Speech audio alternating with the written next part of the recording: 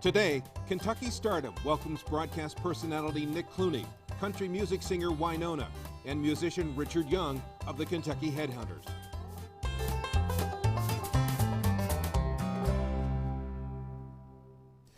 Kentucky is known for its fast horses and beautiful countryside, but what you may not realize is that it is the home to many famous actors and talented musicians. Hello, I'm Gary Rodemeyer, news anchor for WHAS 11 News in Louisville. Today, we're going to take a look back at the lives of one broadcaster and two Kentuckians who have rocked the world of country music. First, we look at one Maysville, Kentucky native with a very successful family name. Nick Clooney, along with the sisters Betty and Rosemary, were raised by their grandmother. With humble beginnings, the Clooneys never doubted once that they would be working in the world of communications. Nick Clooney talks about growing up in Kentucky, the business that he loves, and life in the Clooney household. I was born in Maysville, Kentucky, and right on the Ohio River. And we had a very happy childhood. Our grandmother raised us, my sisters Rosemary, Betty, and me. We had a great time in Maysville. Rosemary and Betty and I sang all the time. Wasn't unusual in those days to have little musicales and that sort of thing every Sunday when the family gathered. And we would get into the dining room or somewhere after Sunday dinner. And everybody had to do something. One uncle had to tell a story, or another uncle had to sing something. And Rosemary and Betty and I would do little trio stuff, and we were doing kind of in our own mind productions together and putting together little shows. And I would write songs and they would sing them. They thought they were terrific, you know. And we would have we got along very well. It was a wonderful childhood. It was hard times, but everybody had hard times. And they were. And they kept us, and they got us closer together and kept us that way. And we stayed very close until both of my sisters left me, which I'm still furious about. I'm going to have to talk about that to them one of these days. I think that as far as our family is concerned, we always assumed we would be in the communications business in one way or another. Interestingly enough, we always thought we'd be able to do it. It never occurred to us that it might be impossible, or that it might be difficult, or and I think that was because of the confidence our townspeople gave us. We just thought, well, okay, one day we'll go up and do that. And confidence is so important. We all had talent, there's no question about that. But a lot of people have talent that in one way or another are not able to make that talent focused and work for them. And much of that is confidence. And we were given that confidence by Kentucky. Kentucky means very, very much to me, as it did to my sister Rosemary and my sister Betty. We always did our best to get back here in one way or another. Often it was necessary, because of what we did for a living, to go elsewhere, because that's where those places were the centers of communications and entertainment. But we always attempted to come back and always kept our connections with our home state and our hometowns. When Rosemary formed her first company, it was the Maysville Corporation. When I had an opportunity to get into news, as I did in Lexington, I always did my best to do it in or around Kentucky, Cincinnati, of course, with northern Kentucky just across the river from it. And the reason for that, I think, was that our grandfather taught us, you know, Kentucky's not perfect. There's a very checkered past, as do all states and all countries. But it always seemed to us, to be attempting to be better, to live up to its aspirations. And I think Kentucky's still doing that. I think we're still growing and learning. And when we stop doing that, then maybe I'll stop liking it so much. I got started in broadcasting in Maysville, in my hometown. There was a certain progression in broadcasting, and certainly when I started, I was 16 years old when I started. And the assumption was that you would simply get to a bigger station and go to another town and get to a bigger station and make a little bit more money and learn a little bit more and work your way toward one of the major communities such as New York or Los Angeles. And that kind of progression certainly occurred with Rosemary and Betty. They started singing at WLW Radio in Cincinnati, and then went with a big band on the road, and eventually television started to take over, and they were both pioneers in early television. I came along a little later. And I did start in radio, but by the time I was 18, I was also doing television. Then I did radio in the American Forces Network when I was in the service. And when I came back, I made a couple of movies. You will be shocked to hear. I did 4 movies, and somehow or another, the people in Hollywood were able to overlook my obvious talents. So I had to go to work and went back to radio, which is what I knew how to do, and television. And that's what I've been doing ever since. And I worked in many, many communities, including Lexington, for quite some time. We were in Lexington when both children were born, my daughter Ada and my son George. And Lexington is where I met Nina. She was going to the University of Kentucky, and we met, and I was able to convince her that I was rich and famous or something, I don't know. But at any rate, I talked her into marrying me, and we have been together 44 years. I'm asked often about advice, what kind of advice I would give to people who want to get into the business. I have no advice at all, and I'll tell you, none is necessary. Because if you are going to do this, there is no one who will be able to tell you you can't do it. There will be no one that you'll believe who will tell you you aren't good enough. There will be no one who you will believe even when they say, no, don't do this, do that. Because the truth of the matter is you will have in your heart a certain goal. Even if you haven't defined it yourself, there will be something in there that will say to you, this is the direction to go in. This is what I must do, and this is what and if you don't have that, if you don't have that to the point where when somebody says you nay, you do it anyway. You have to be able to battle past that. You have to have the courage and the confidence in yourself to go right for the goal that you know, that you deeply know, is where you belong. And there's no point in my telling you, as I did with my son, I said, well, please, don't acting, don't be ridiculous. We don't do acting in our family. We are in broadcasting, or we sing, so you be a broadcaster. Got a great voice, and I can help you in broadcasting. And there are a lot of people making a good living in broadcasting. 3,000 people are the only number out of the whole world making a living in acting. 3,000 people, think about that. Out of the billions of people in the world, 3,000 are making a living in acting. And naturally, he did what he knew he had to do, which was to act. And he hoped he would be successful, but he was going to act one way or another. And of course, he was right. Moral of the story is always listen to your father. And I never predict what the future will hold for me because I never know. I never really planned anything. I know this sounds anathema now. It's not something that those in school or those with structured lives want to hear, but I've never had a goal. Never had a goal in my life, except perhaps a goal to work, just to work. I wanted to work in this field, and if that was the goal. The goal was not to be any one thing or be any one person or get to any one pinnacle. It was to work and to learn and to enjoy the work. I hope I have improved and matured and learned some things and unlearned some things. That's a very important thing to do. There was an old saying it was a Kentucky fella way at the turn of the 19th century, and he had a phrase. He said, "It ain't what you don't know that hurts you. It's what you know that ain't so." And that's the truth.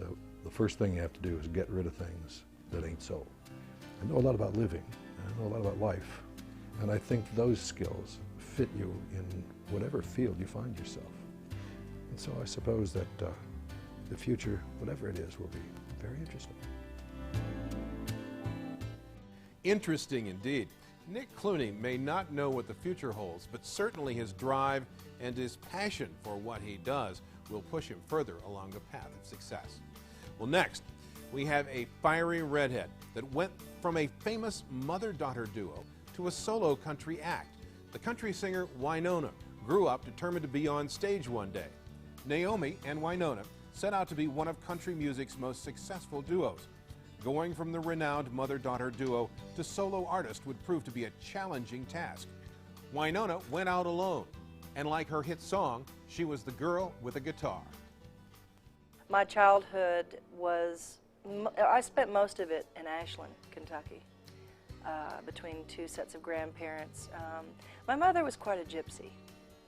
She moved us from Kentucky to California. We were in Texas for a little bit, and then ultimately, of course, to Nashville. My fondest memories of Kentucky are, oddly enough, on top of a mountain in Morrill, Kentucky, outside Berea. That's where I discovered music. She had moved Ashley and I there. No TV, no telephone, no PlayStation 2, and we sort of were forced to resort to our own creativities there. We were on a farm out in the middle of nowhere. Ashley was my only playmate. Where do you think she gets all her drama? Ashley sort of resorted to reading. I think she became an actress out of the fact that Mom and I were sitting on the back porch singing together. You know, I can remember sitting there learning Joni Mitchell songs, Bonnie Raitt. I just knew that I was going to be going on the road with Bonnie Raitt. Forget school, you know, I was ready to go on the road at 13. I knew all the words. And I had such a sense of self because of Kentucky. We won this incredible award today, sort of the governor's award for, I guess, being excellent in your field kind of thing. And I thought today, you know, it's interesting winning an award because I've always felt so proud of being from Kentucky, because everywhere I go, whether it's New York City or, you know, LA and these crazy big cities, Hollywood, I feel such a sense of self because of Kentucky. I'm always telling people that it's really important to be aware of your roots. You know, we can move to the city. We think, I mean, I'm really thankful to be successful. I'm very grateful. I'll turn 40 this year, and I celebrate my 20th year of being in the music business.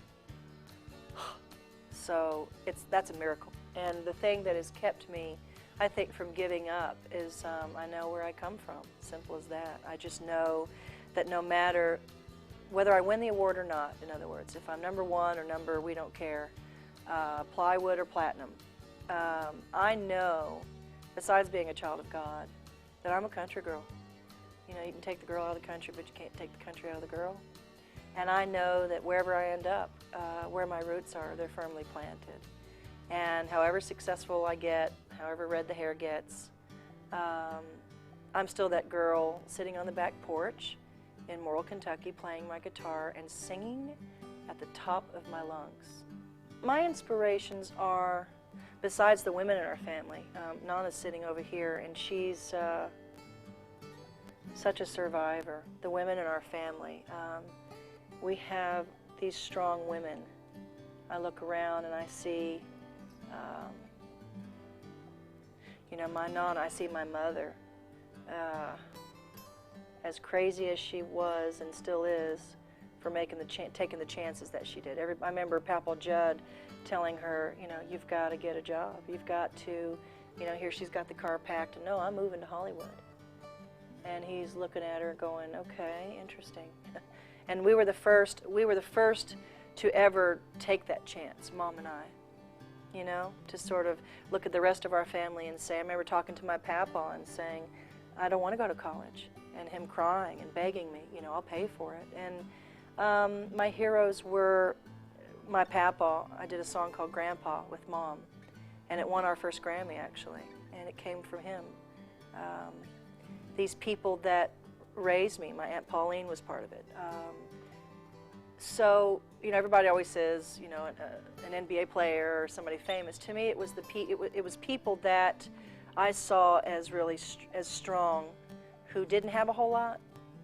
It almost killed me. When I went out on my own in 1992, we had just spent a year in front of the nation saying goodbye, and it was about my mother saying goodbye. It really wasn't about me. I remember standing behind her day in and day out, you know, watching the world say goodbye to her, and I felt really almost anonymous, believe it or not. Here I am famous, and everybody said, you know, you've got this incredible career and you have it all. And yet, when I went out on my own, the glass was half empty still. And I was really lonely. And I talk about this in my interviews just to let other people know that we all struggle with being wounded from our past. And It's not any easier than the rest of you going through what you go through. I just happen to be under a microscope, and everybody's watching every mistake I ever make. But I almost, didn't make it. And I always tell people this, that in your darkest moment, when you're laying there in the fetal position and you're about to give up, and Larry King asked me this recently, what is it that keeps you, that allows you to continue to have your faith? And I told him that I remember being in such a quiet, desperate moment, alone, and the rest of the world is watching, right, to see whether I'm going to make it or not. Is she going to fall on her face on stage? Is she going to, soar? Is she going to make it? Is she not? It was so much pressure that the only thing I can tell you is, in those moments of uncertainty, when you feel so insecure, close your eyes and step into your gift. And Nana taught me decisions are made by those who show up. I decided to survive. And I think a lot of it comes from my gift. And the fact that even personally, even though I was falling apart, knees shaking, because I have a fear of performing, and still struggle with it, not as much anymore, but I still struggle with that feeling of having to, if anybody's ever bungee jumped, it's that feeling right before you walk down the aisle of your wedding, or right before you jump off. And I was terrified. And yet I'd march out on that stage like I owned it, and act like I know what the heck I'm doing.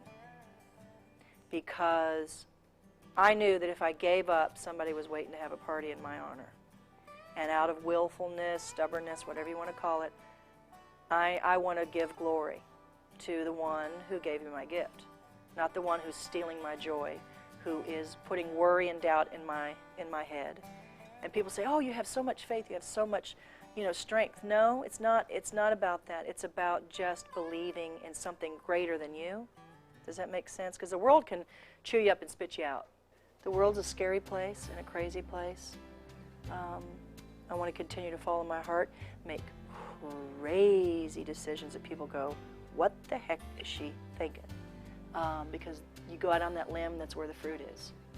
So I'm going to be really fruity in like 10 years. I'm going to be one of those people that go, "Gentlemen, today I think we're going to," and they're going to go, "What?" But I want to be known for taking those risks. Maybe I'll join the circus. I've done it once. Maybe I'll go to college and take a course in, who knows? Whether she joins the circus or attends college or keeps on belting out country hits, we are certain that Wynonna will always be willing to step out of the circle and take a chance. Well, finally, we look at one country rebel whose band has rocked the world of country music. Richard Young of the Kentucky Headhunters has been in a band since 1968. It was a family operation bringing together two cousins and two brothers. Richard Young says the Headhunters' success comes from growing up in a rural area, having rural values, and having close friends. Now working on their 9th album, the Kentucky Headhunters are still going strong. Well, of course, the Kentucky Headhunters is a family operation. I mean, they've got two cousins and two brothers who grew up together. Since 1968, we've had a band.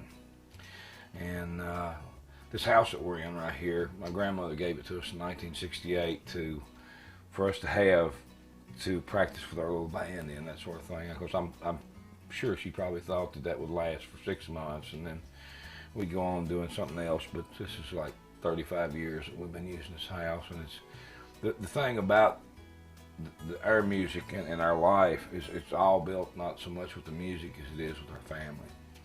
And that's where the foundation is that's where everything's bound together, and that's where we've come from. To be able to last as long as we have is built around our moms and our dads and our grandparents and all the people that influenced us, our different family members in one way or another, caused us to be able to stay together and do what we do here.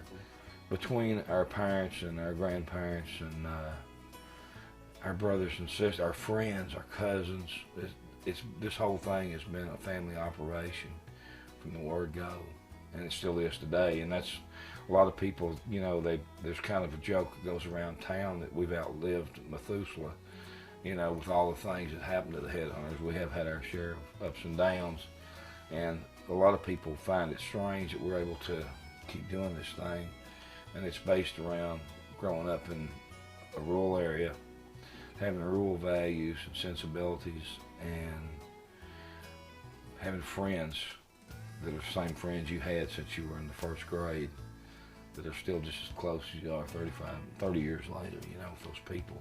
We've allowed the people around us to influence us, and a lot of that came from our family. So we have a very strong upbringing. We didn't have parents who said, go out here and cut that hair, boy, and get a job. You know, it wasn't any of that. It was like, no, we wouldn't have parents that actually went out and we went, oh, the boys are playing, we got to go see them play and that sort of thing. It wasn't like that at all. They didn't follow us around, but they've always been supporters of our dream. Well, you know, as far as living in Kentucky goes, we've been very fortunate to do a lot of traveling, go a lot of different places, and there's some beautiful places out there. I think the river, traveling the river from Washington down to Oregon, Vancouver, all down through there, Vancouver, Canada, traveling that, Northern California is beautiful. I guess if I had to live somewhere for 6 months, I'd probably like to go out there and live for a while, but I'd always come back to Kentucky. What we used to our advantage is we used our sensibilities and our rural upbringing that we actually had here in Kentucky and mixed that with our rock and roll music, and it made for it gave us our style, you know.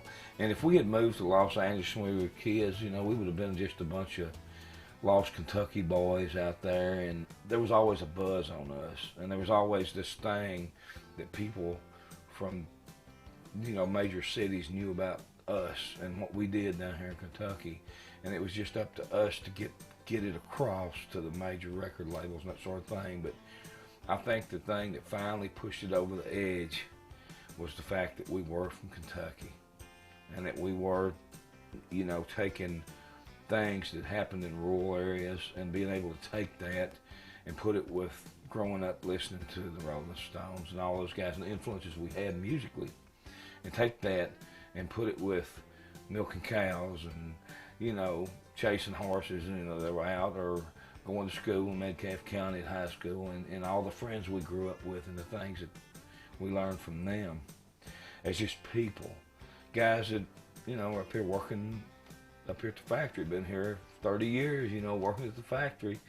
But that guy we grew up with had a lot to do with us getting our thing going, because he probably said something one time or another when we were all smoking cigarettes behind the school that wasn't a song. And so it wasn't all about us, it was about the community and the people we grew up with. You know, you guys, if you want to make it in the music, you got to pick that thing up and you got to make something out of it yourself. Whether it's piano, vocal, guitar, drums, clarinet, it doesn't make any difference. You've got to make it yours, and you got to own that instrument. You can't just be fluent on it. You got to own that thing. It has to become you, and you have to become it. And I think that's the first step. And the next step is don't drop out of school and get a music law degree, because it's very important to understand the workings of and our society changes so quick with a computer right now that I'm almost lost. So I have to kind of stand over people's backs and look at computers and go, what does that mean, you know, and this sort of thing. So I think it's very important to have a great education, first off. You know, unfortunately, I hadn't finished my college degree. I'm sad to say that, but my dad always told me, and I think he was right, and I, of course, ignored it, but I think that a college degree enriches your life. I don't know how much it helps you get a job or any of that stuff, but it enriches your life to where you have experiences that people who didn't go to college don't have. And so it enlightens you. It's kind of like going to Sunset Strip. Not everybody's been there, but the ones that have been somewhere that they have experience. You know, all of us. That's just like I hate to fly on an airplane, but a lot of people go to the moon, you know, and I envy those people because they did something that I'll never get to do, to experience that. So I think that any experience you can do, and don't narrow yourself down, you know, keep a wide open mind. That's the best way to get started in music. Well, we're gonna keep doing what we're doing for about another year, and then we're gonna all take rat poison and crawl in a hole and die together. No, no, that's not true. Actually, you know, we've been very blessed. And we're working on our 9th album right now. You know, we've done way more than we probably ever dreamed we would get to do, and met all of our heroes, and played places that we only dreamed of playing. And so there's not really anything left as far as from the excitement level. There's not a lot that we haven't got to do or see.